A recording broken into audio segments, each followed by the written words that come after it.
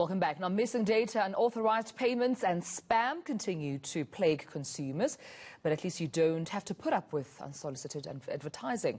Now, the Wireless Application Service Providers Association has launched a do not contact database that you can sign up for. And joining me now for more is the association's general manager, that's Ilonka Badenhorst. Ilonka, thank you so much for your time. Let's start with this. I mean, what are some of the most common mobile service fraud incidents, would you say? I would say at this point in time, unfortunately, the most popular transactions would be unauthorized transactions and unauthorized billings. This would usually be facilitated via click tracking or via malware application fraud. And please then tell us more about this do not contact database. Well, the association's one of our main mandates is consumer protection. And we know that consumers really dislike receiving marketing that they've not asked for or which they've requested to stop.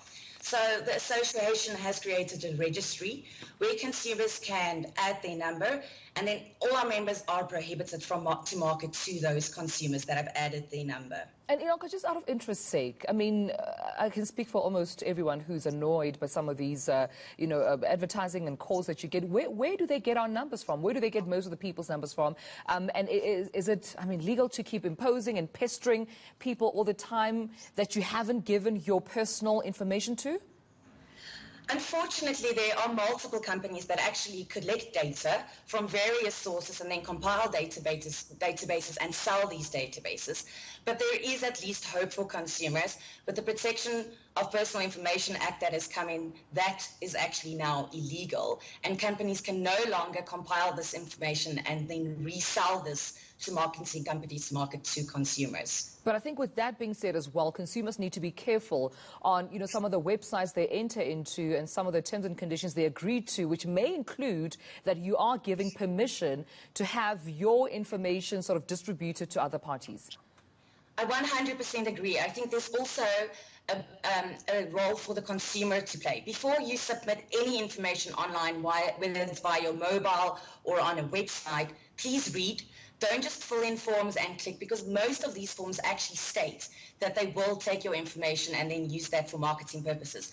So if you don't want your information to be used, you need to make sure that you tick on the correct boxes, or alternatively, don't share your information. Right. Now taking other steps here, do consumers then have to pay for this particular block SMS that they send to WASPA? No, it's a free of charge service for the consumer. They can either visit our website at www.waspa.org.za and complete the information there. But we also have a USSD line and a keyword that you can send to a short code to do that, and all of this is free to the consumer. Right. If I could just go back to this initial challenge that we're seeing here with a lot of, spam messages and unsolicited advertising. I mean, how common is this problem, particularly because we're in a virtual era where everything is happening online.